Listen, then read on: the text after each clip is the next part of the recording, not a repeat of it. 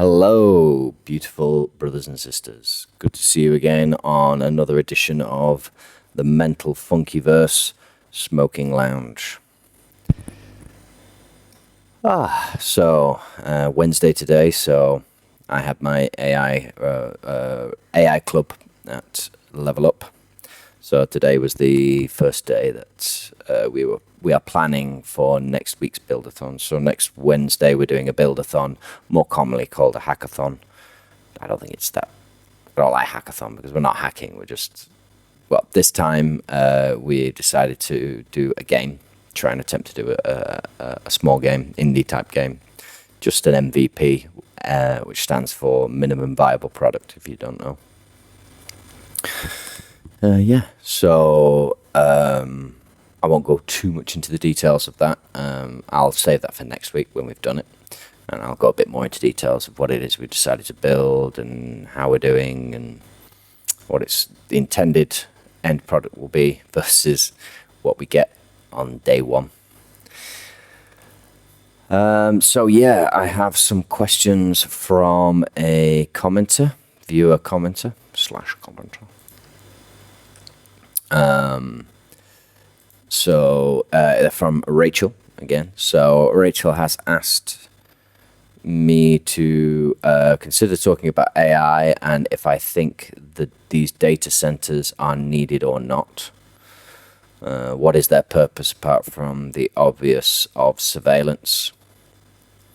Okay. Do I watch Neil Oliver? She refers to a recent episode where he's recording on the beach in Fife in Scotland and at a spot where there's due to be a data center out at sea, I believe.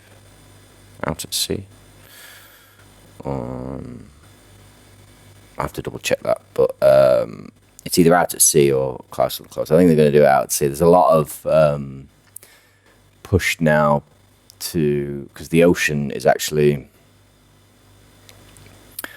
conditions-wise, it's not too dissimilar from having data centers in space. It's got its own engineering issues, but one of the advantages it has over data centers in space is that the cooling is so much easier. It's basically almost continuously cooled for free, in essence.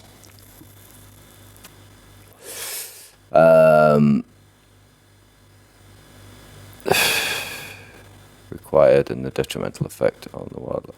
So the humming will be intense, drive locals crazy, water required, and detrimental effect on the wildlife devastating. Okay, so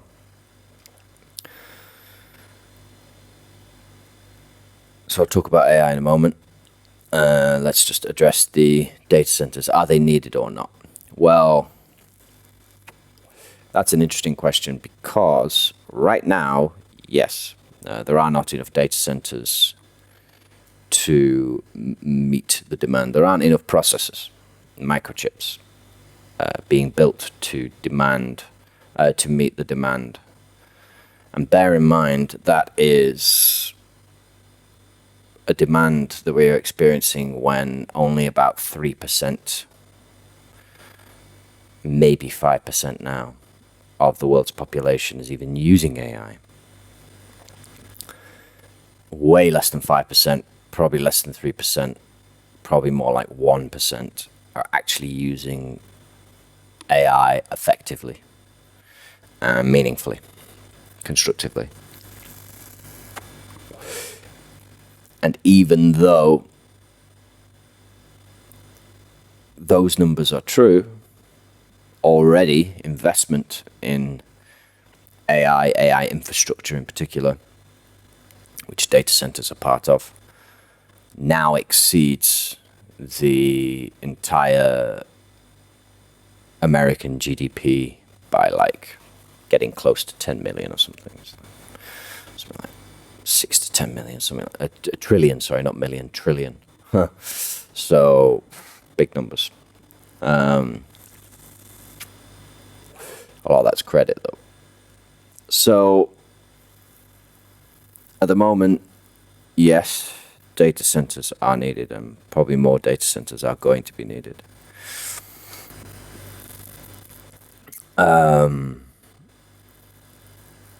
In terms of the water, don't worry, I wouldn't worry about it. Soft drink companies have been using far more water than a soft drink company will use far more water in a year than any data center will. Any AI company will. I mean, Coca-Cola have been literally known, the Coca-Cola company has literally been known to drain becks and rivers, small rivers, in some places. They use that much water. So all the people who are hiring about the water usage for data centers now, where were they for the last however many decades whilst soft drink companies were draining water tables around the world? Didn't hear you as loud then. So yeah, don't worry about the noise side of it. I don't know. I've never heard the noise from it. I've never even looked it up. Humming, yeah, I suppose. But would it be any more than any industrial zone? Living near any industrial zone, industrial area? I don't know. It would be a pain in the ass if you'd move, you bought a house somewhere out on the outskirts of a town on the countryside, and then all of a sudden they built this big data center and brought the noise of an industrial estate when there was no industrial estate previous. That would be, I can imagine that'd be extremely frustrating and annoying.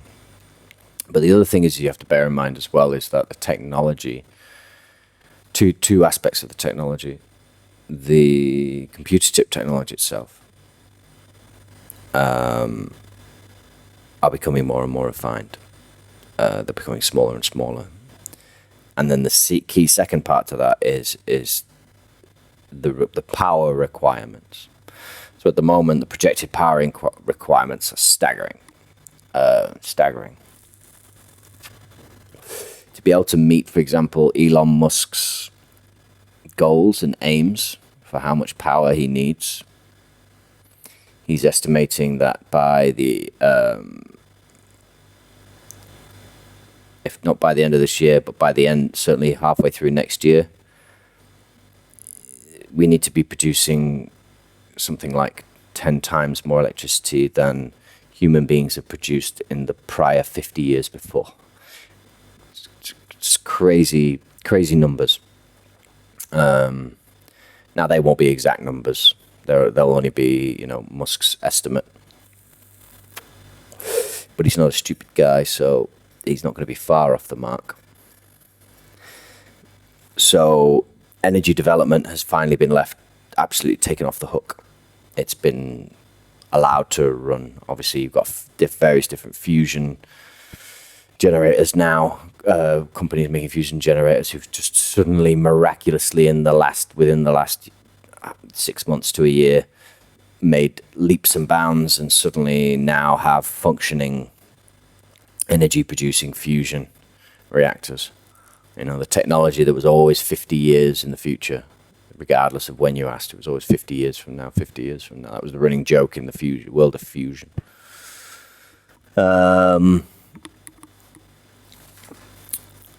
But then all of a sudden, seemingly overnight, they managed to crack it. Funny that, isn't it? Just as the world suddenly needed many multiples times more energy than it's ever required before in order to maintain this technological development in AI. Funny that, isn't it? Coincidence, I'm sure. But there will be, so they're already fast on the way to pushing energy costs right down.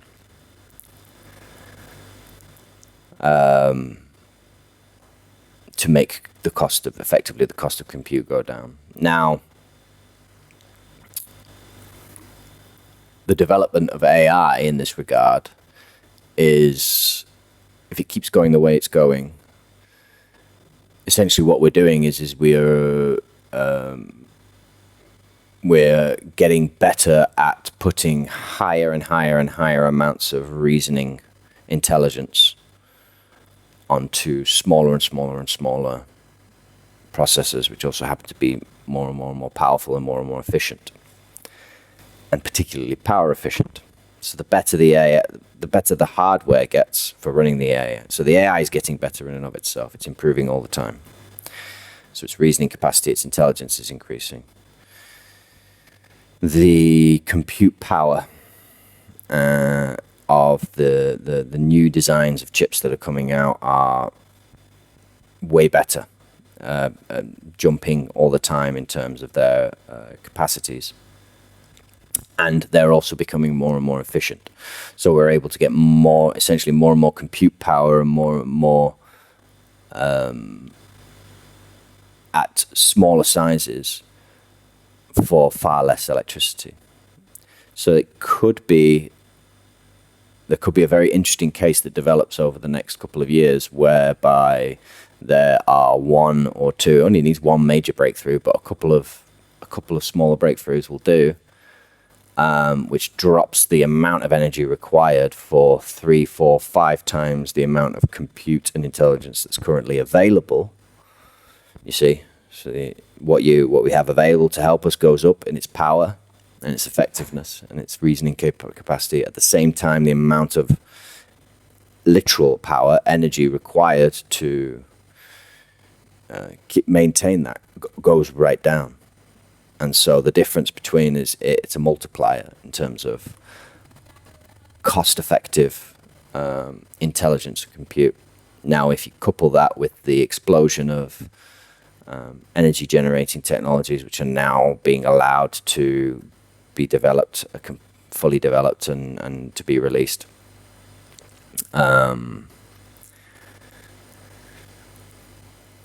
it could very well be the case that many of these data centers which are being built will become, in essence, defunct very, very rapidly. You could an analogy you could make. It's actually computers themselves. So obviously, the first computers were huge. They filled rooms and rooms and rooms.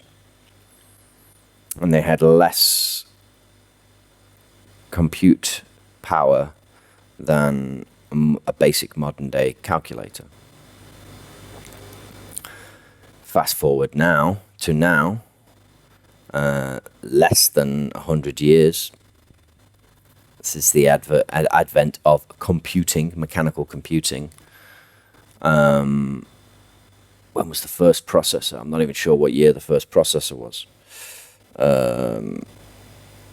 50s, I imagine. 60s, 50s, 60s. Let's just call it 60, around about 1960, just for the ease of mathematics. So that makes it a nice, clean 66 years. So roughly, it's been roughly sort of 65 to 70 years since the first processors were produced. And now most people have, certainly in developed countries, in their hands, in the form of one of these, computational power that I would have drooled for 20 years ago, 15, 20 years ago. 15, 20 years ago, I would have drooled to have a PC that had half the processing power that this phone does, and this is an old phone. And it fits in the palm of my hand. And the energy efficiency on it is mega, especially compared to the early phones.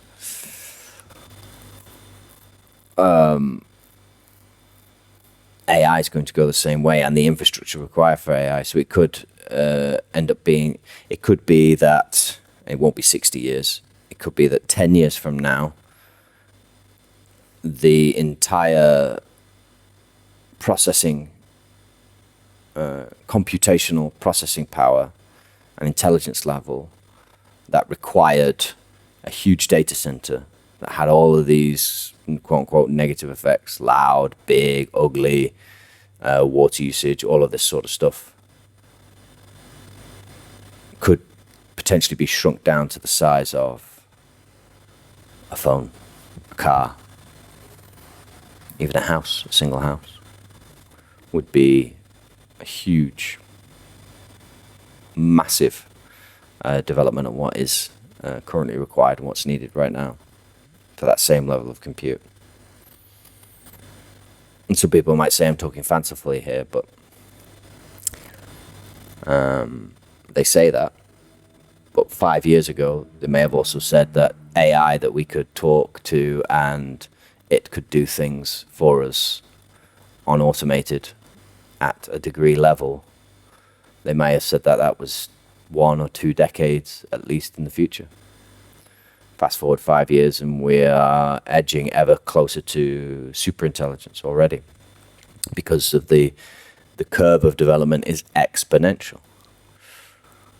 If you don't know this word, should. It's extremely important, and not just know what the word means, but really, really understand what that concept looks like, what exponential actually looks like. You know, when we plot it out on a graph, when there's a line that goes straight, we call that a linear progression. It just steadily gets better and better, or more and more and more. Whatever the metric's measuring, it just continuously increases on an even straight line, predictably. An exponential curve is one that starts off like that, but then at some point starts to bend upwards, and where the amount of progress actually curls in, goes up and almost basically vertical. Now, usually what happens then is we have what's called an S-curve. I won't go into that now. But it doesn't look like the beginning of that S-curve is anywhere near for AI right now. And we're already literally, most people's heads are spinning with, most people don't even understand what AI is currently capable of, let alone what it will probably be capable of 6 months from now, 12 months from now, so on. It's, I often, when I'm talking about this to people at AI Club or just in conversation at bars, and they ask me, you know, well, what do I sort of think my timescales are, you know, what the effects are going to be and all this stuff. They ask questions about it. I'll often say that people have, the vast majority of people just do not understand the tidal wave. It's not even a tidal wave that's coming. It's a tidal wave that is here. It's hit the beach. It's starting to hit the first seafront properties right now, metaphorically speaking. And it's as though people are just walking through the street, completely oblivious to this great big wave that's right there coming at them. That's what it's like. When you understand who's doing what in these technological spaces, who's pushing what in these spaces, and how fast it's developing, and how to then project that out, to map that out and take it to its conclusion, those lines of thought to their logical conclusions. So for anybody who does that, knows how to do that, it's very, very quickly, you know.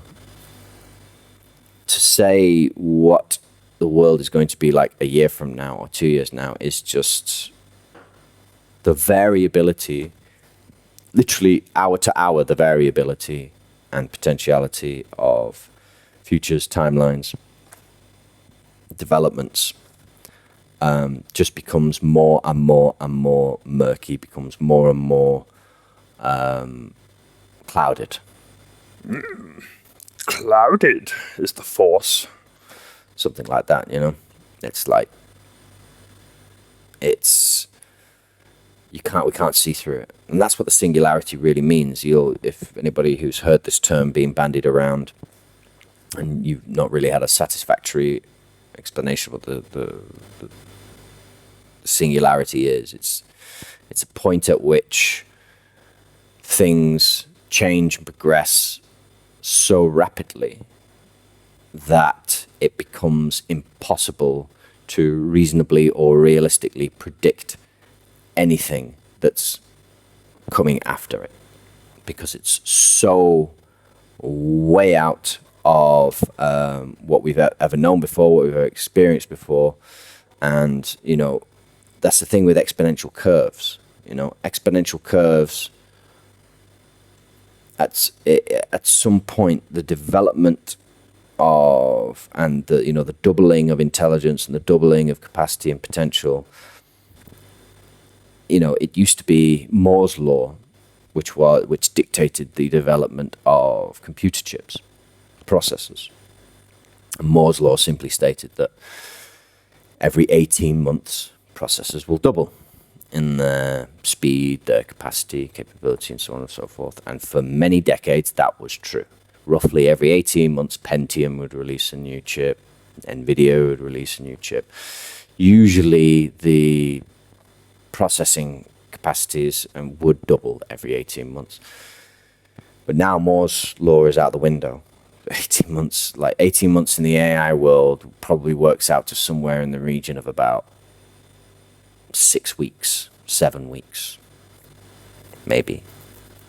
I'd say 6 weeks, month and a half. A month and a half in AI development time now is the equivalent to 18 months development time in the 90s, say.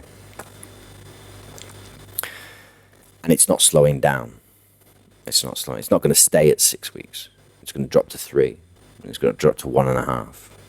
It's going to drop to half a week. It's going to drop down to, do you see what I'm saying? At some point, it reaches where the next improvement or the next, in theory, will become instantaneous. Now, obviously, we know that to some degree or another, like instantaneous is, we don't even have a concept of what that would look like. So how could we even begin to talk to it or around it? Or we could, if you sat and thought about it and meditated on it for a while, you might be able to start to develop some form of concept of what that might look like, but you'll never be sure until it happens. So we're approaching that point.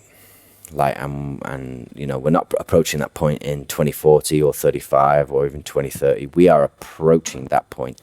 It is imminent. It's imminent. Where's my bag? Oh, there's my bag. So,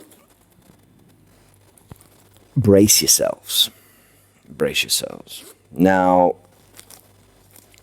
AI, the data centers. So, the data centers. There will continue to be terrestrial data centers. But if one of your fears is that the entire landscape is going to be like covered in data centers, no, because of two things. One, like I said, the oceans. As we get better at building data centers there's already one that's like a floating buoy. It's like a giant floating buoy, like an iceberg. It's like a big ball on the top of the surface of the water, and then underneath it there's a big cone that goes all the way, like really far down, like 80 meters or something, or 100 meters. And they just sit there and float. They can endure storms and all that sort of stuff. And the motion of the waves generates all the energy that's required to power the processes that are on the inside. There's several initial prototypes of this operating now, and they will be able to communicate with satellites and transfer information. And they can just sit in the middle of the ocean, or very far out, way out, where it's going to be nice and cold in the water. You know what I mean? It's open water, so there's not going to be, most wildlife will be able to just avoid it, go around it. And they're much smaller relative to large ones, so you can have hundreds of these smaller buoys instead of one giant data center. And then, of course, on top of all of that, if all of that wasn't enough, you've got Elon Musk going balls to the wall, trying to get it to the point where they have multiple launches in a day.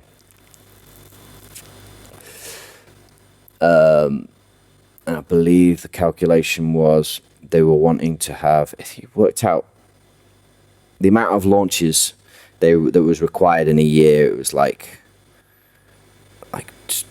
just over 2,000 or something like that. It basically equated to about 5 to 8 launches a day or something for their initial data center build design. So all of this that I'm talking about, by the way, feel free to go and look it up and get the extra exact numbers and that. There are plenty of interviews with Elon Musk talking about his data centers in space endeavor. He's very excited about it because it motivates and pushes and adds drive to the SpaceX team, which benefits everyone. Really, it benefits everyone.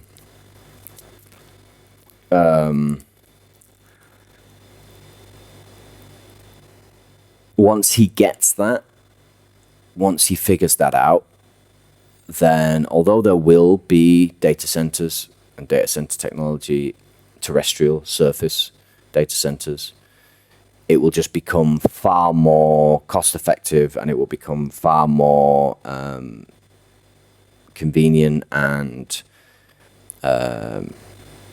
just generally better all around once we start putting data centers in space. Because they can power themselves, they can't affect the environment, they ain't going to bother anybody with noise, etc., etc. There's a lot of space in space. If you believe that space is a thing, I know a lot of people out there think that space is not real, or it's not what we've been told it is. Fair enough. Not going to argue against that. I went down that rabbit hole myself a while ago, and ultimately I've concluded that until the day I can get in one of those rockets and go up and have a look for myself, I can never really know for sure. But if we assume that space is a real thing, we haven't been lied to about it, certainly to the extent of whether it exists or not, so we're assuming it exists, we haven't been lied to about it, then as soon as we start putting data centers up in space, it's going to change a lot of things. Start putting them out in the ocean, and we get better at putting them in space, and we get better at putting them in the ocean. The requirement to build them in places which are going to affect the environment and going to affect the disturb and cause issues with local populations, it's not far around the corner. It's not far around the corner. Everything that is currently available today, a year from now, will be so old hat, it will be the equivalent to buying a PC from 2005. Now, it doesn't matter if it's brand new or not. It is not going to match or meet the capacity of even some of the more basic computers today. And that will be a year from now. Everything to do with AI, the infrastructure, the AI itself, everything will be extremely outdated just a year from now. And there'll be a whole new set of technologies, a whole new set of innovations and ways to do this. And yes, I know there are bad actors out there who are doing their utmost for reasons known only unto themselves and the higher powers, doing everything in their power to do very nasty things like depopulate and cause social unrest and maintain a scarcity system, scarcity-based economy, because that's what allows them to remain not just wealthy, but in control and in power. So those forces are still thrashing around and causing issues where they can, attempting to where they can.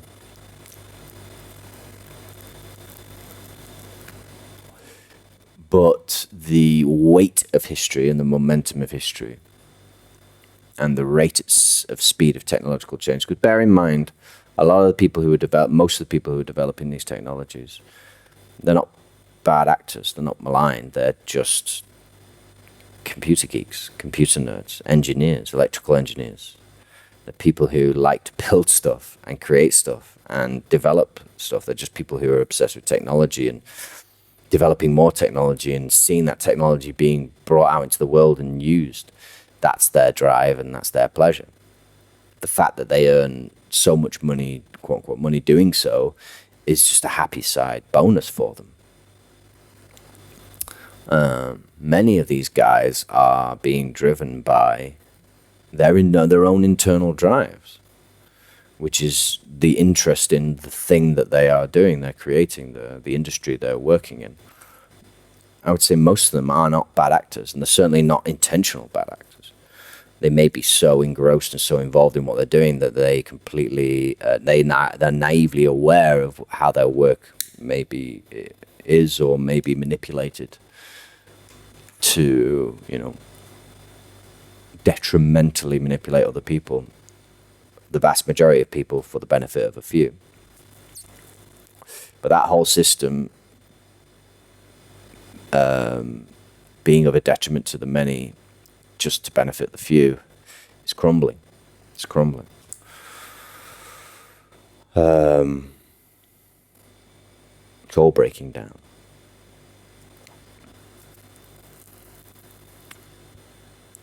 So I won't worry too much about the whole data center thing. And I've said it before, if you're worrying about AI and AI taking over the world and doing horrible, nasty, disastrous things, I could tell you not to worry about it, because it's more than likely not going to turn out that way. I'm pretty sure it isn't going to turn out that way.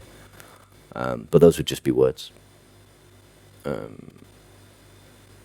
What I would say is that instead is that tough titties, because there's not much you can do about it. You can spit and rage and kick and thrash all you like.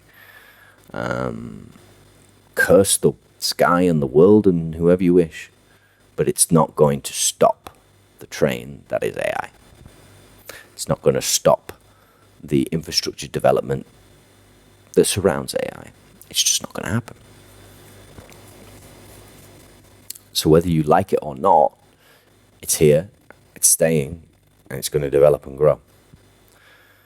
So probably the easiest thing for us all to do is to accept that, and instead of constantly fighting against it, burning our energy trying to fight against something we cannot individually change, we can instead do is embrace it, accept that it's here, and use it as and where you can and you feel comfortable to,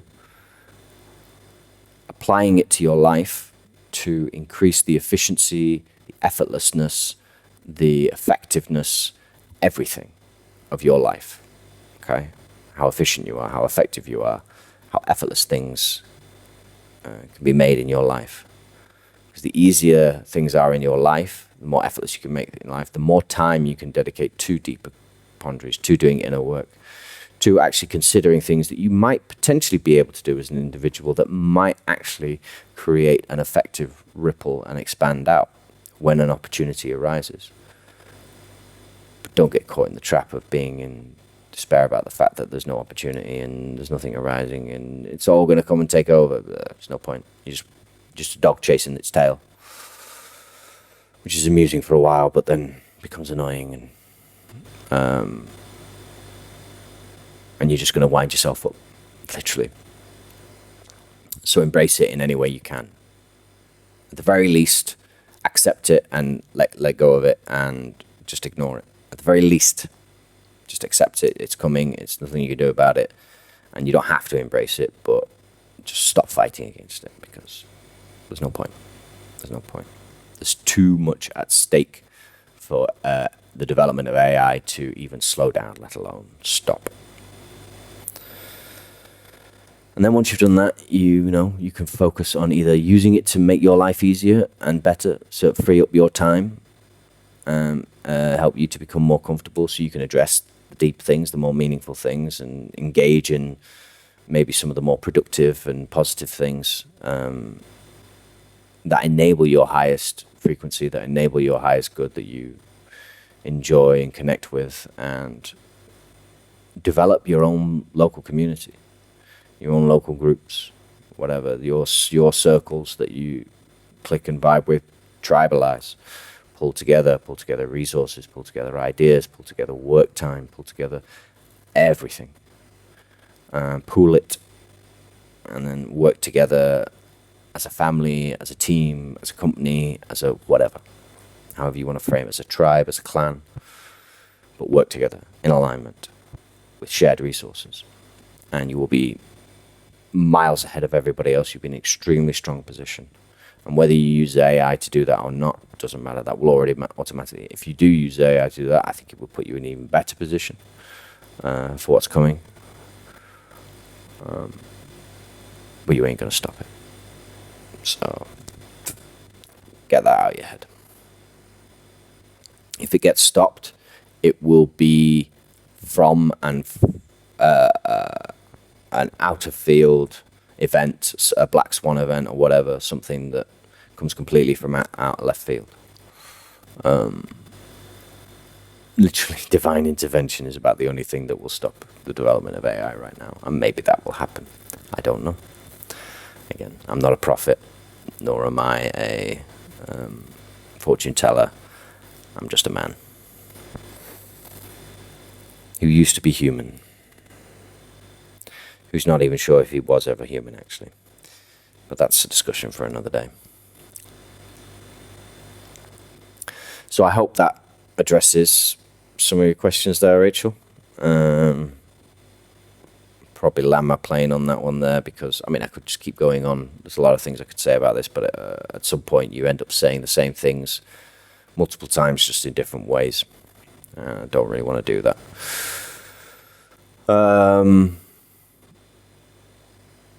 Suffice to say, let's summarize this by saying,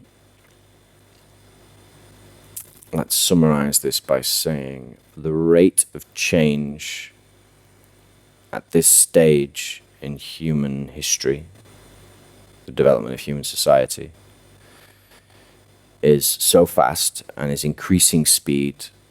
It's not just faster than it has ever been, but is still continuously gaining speed, to the point where to be overly concerned about any given issue that is occurring right now is almost a folly. It's almost a folly. Contextual, depending on the situation. Obviously, if in this very moment you are being under threat of physical attack from something, by all means, act on it and do something. Get yourself into safety, prepare to defend yourself, whatever it is. But I'm not talking about that. I'm talking about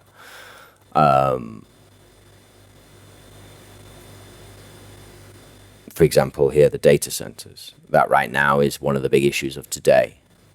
But it's one of the big issues of today based on the technology and the development of AI and its infrastructure today. And as I've just outlined, a year from now, it will be miles different. Miles different. So the thing that we think is a problem now will probably most likely not even be a consideration of a problem a year from now. There might be their own issues then, but they'll be unique to however it's developed to that point. This isn't like the late 90s and early 2000s trying to, stop the development of wind farms across greenbelt land in the UK, which was possible to do. I remember the anti-fracking lot managed to stop fracking in the UK. And, at the time, that was seen as a huge victory by the hippies. Seen by a victory of me, I was kind of like had a foot in the hippie zone back then anyway, but I was certainly in my libertarian days. But I remember when they stopped fracking, because they were going to frack like somewhere close to Blackpool or somewhere like 15, 20 miles outside of Blackpool or something like this. And there's a lot of risk because, fracking at that stage wasn't as developed as it is now. They hadn't, there was a lot of kinks that they hadn't worked out then, which they have worked out now, granted. But back then, So there was literal, legitimate, genuine risk of potentially fouling the water table. In America, where fracking had become a regular thing at that time, there were multiple cases of, where they mess up and contaminate the water table within a 200 square mile radius around the fracking site. Now, America's huge. So America can take that. They can take 3 or 4 of those, and it's not going to be good or nice, but hey-ho.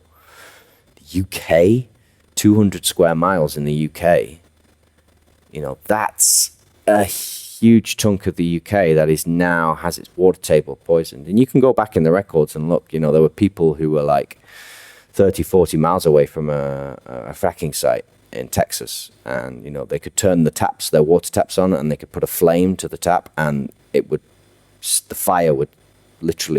would set on fire. The gas coming off the water as it exited out the tap was so dense, and there was enough to literally keep maintaining a flame as the water's pouring through. It's crazy. Now, if you imagine that occurring, that would have been devastating to the UK. So it was seen as a major victory at the time. But of course, now looking back with what I know and what's happened in the meantime, I don't think they were ever going to frack anyway, just because part of the larger plan for the UK, as it has been for Europe, is to de-industrialise, to de-energise, in order to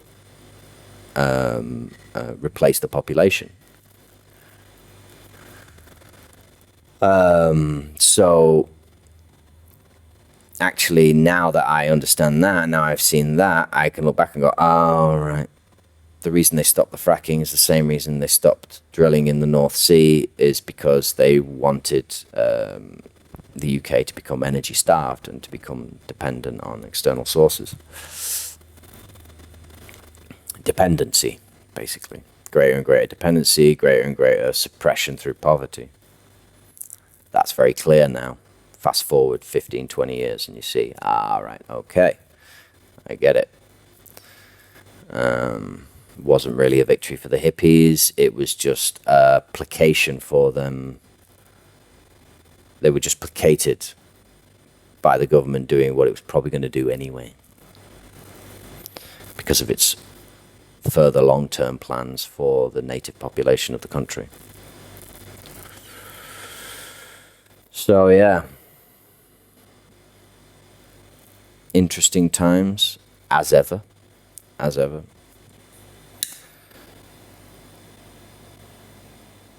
So yeah, I really will land my plane this time. I hope that answered your questions. And Rachel, thank you for them. And to anybody else listening right now, if you've watched up to this point, thank you very much. Bless you. Much appreciated. But feel free also to comment in the sections, ask further questions, or correct me if you feel I'm wrong about something. Give me your perspective and opinion. At this stage, I've stated before in earlier videos that while the channel is young, I am able to address these questions very, personally, directly, and literally make whole videos around them like I have just done now. So right now is a good opportunity to get those questions in and have that engagement. Because if the channel does grow, it may not, but if it does and it starts going off into the hundreds, and then who knows, maybe even the thousands, my ability to do that is going to obviously diminish. I only have so many hours in the day. So take advantage of it now while you can.